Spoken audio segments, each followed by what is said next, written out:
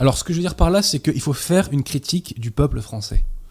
C'est bien beau de dénoncer les élites, et les élites révolutionnaires sont malfaisantes, elles sont même maléfiques, mais leur projet resterait lettre morte si, dans la société, il n'y avait pas, à tous les échelons, des relais pour cette collaboration.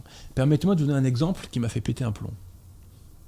J'étais dans le métro, dans l'entre-deux-tours, et rentre dans un wagon un professeur de PS avec sa classe de 6e. Donc il y a tous les jeunes enfants qui sont là avec leur masque. Et pendant tout le trajet, le prof de PS, Paul, ton masque, il le remet sur le nez. Julie, ton masque. Pendant tout le trajet.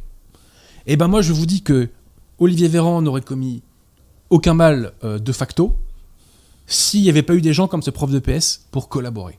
Voilà. Donc il faut mettre en cause le peuple français. Et je vais vous donner un autre exemple.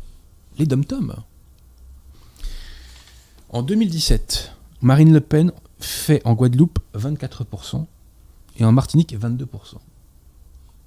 En 2022, Marine Le Pen fait 69% en deuxième tour en Guadeloupe et 60% en Martinique. Pourquoi ? Parce que les populations de Guadeloupe et de Martinique étaient contre la dictature sanitaire. Et ils ont combattu contre la dictature sanitaire. Et le résultat de ça, c'est quoi ? C'est que l'oppression a reculé.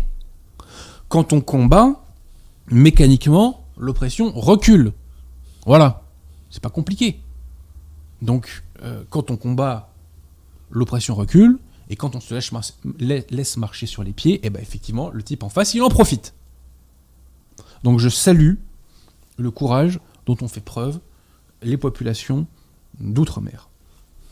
Et elles, qui n'ont pas été satisfaites de Macron, eh bien elles ont voté massivement pour Marine Le Pen. Avec toute la réserve que j'ai pour Marine Le Pen, mais c'est pas la question quand j'évoque ça.